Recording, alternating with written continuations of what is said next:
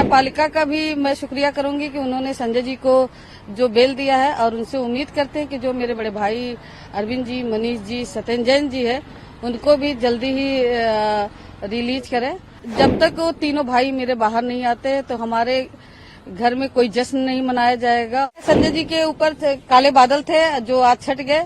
खुशी की तो बात है, लेकिन खुशी अभी अधूरी है। हम कल जो डेट के हिसाब से मैंने कल उनको एडमिट कराया था, जो कि उनके रूटीन चेकअप का है, और 2 बजे के करीब कल हम लोगों को पता चला कि उनको बेल मिल गया है। तो अभी आज जो है कि डिस्चार्ज होंगे, 11:30-12 बजे तक डिस्चार्ज होंगे। इसके बाद वो तिहाड़ जाएंगे।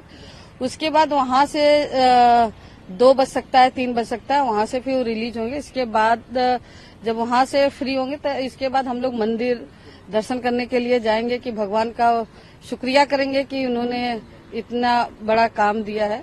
और न्यायपालिका का भी मैं शुक्रिया करूंगी कि उन्होंने संजय जी को जो बेल दिया है, और उनसे उम्मीद करते हैं कि जो मेरे बड़े भाई अरविंद जी, मनीष जी, सत्येंद्र जैन जी है, उनको भी जल्दी ही रिलीज करें।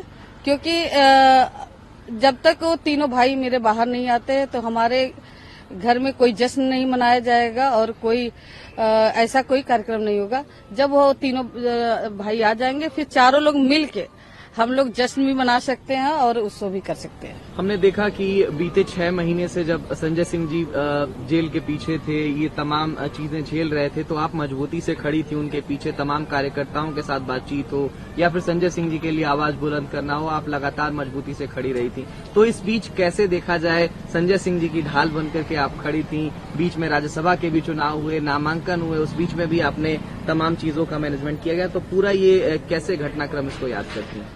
नहीं, ठीक है। एक यूपी में कहावत है कि काले बादल आते हैं फिर वो छट जाते हैं। तो हो सकता है संजय जी के ऊपर काले बादल थे जो आज छट गए, और राज्यसभा में उनको दोबारा मनोनीत भी किया गया और उन्होंने शपथ भी ले ली है।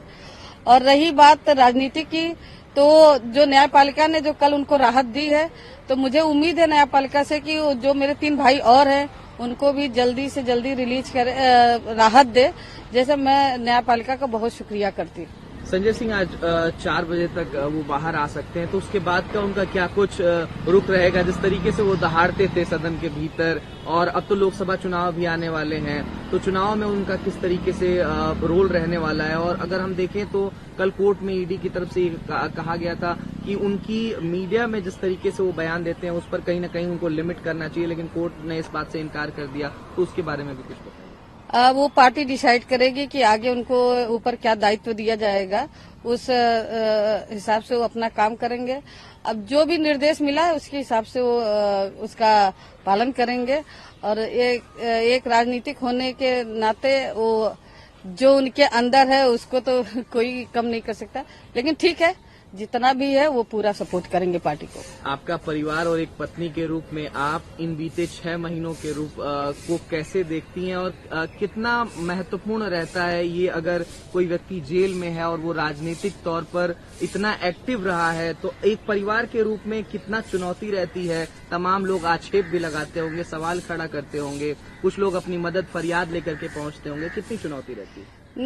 मेरे घर पे जैसे पहले भी कार्य होते थे, मरीजों के इलाज होते थे और जो भी छोटे मोटे काम आते थे, वो 6 महीने भी हुए, वो काम रुके नहीं।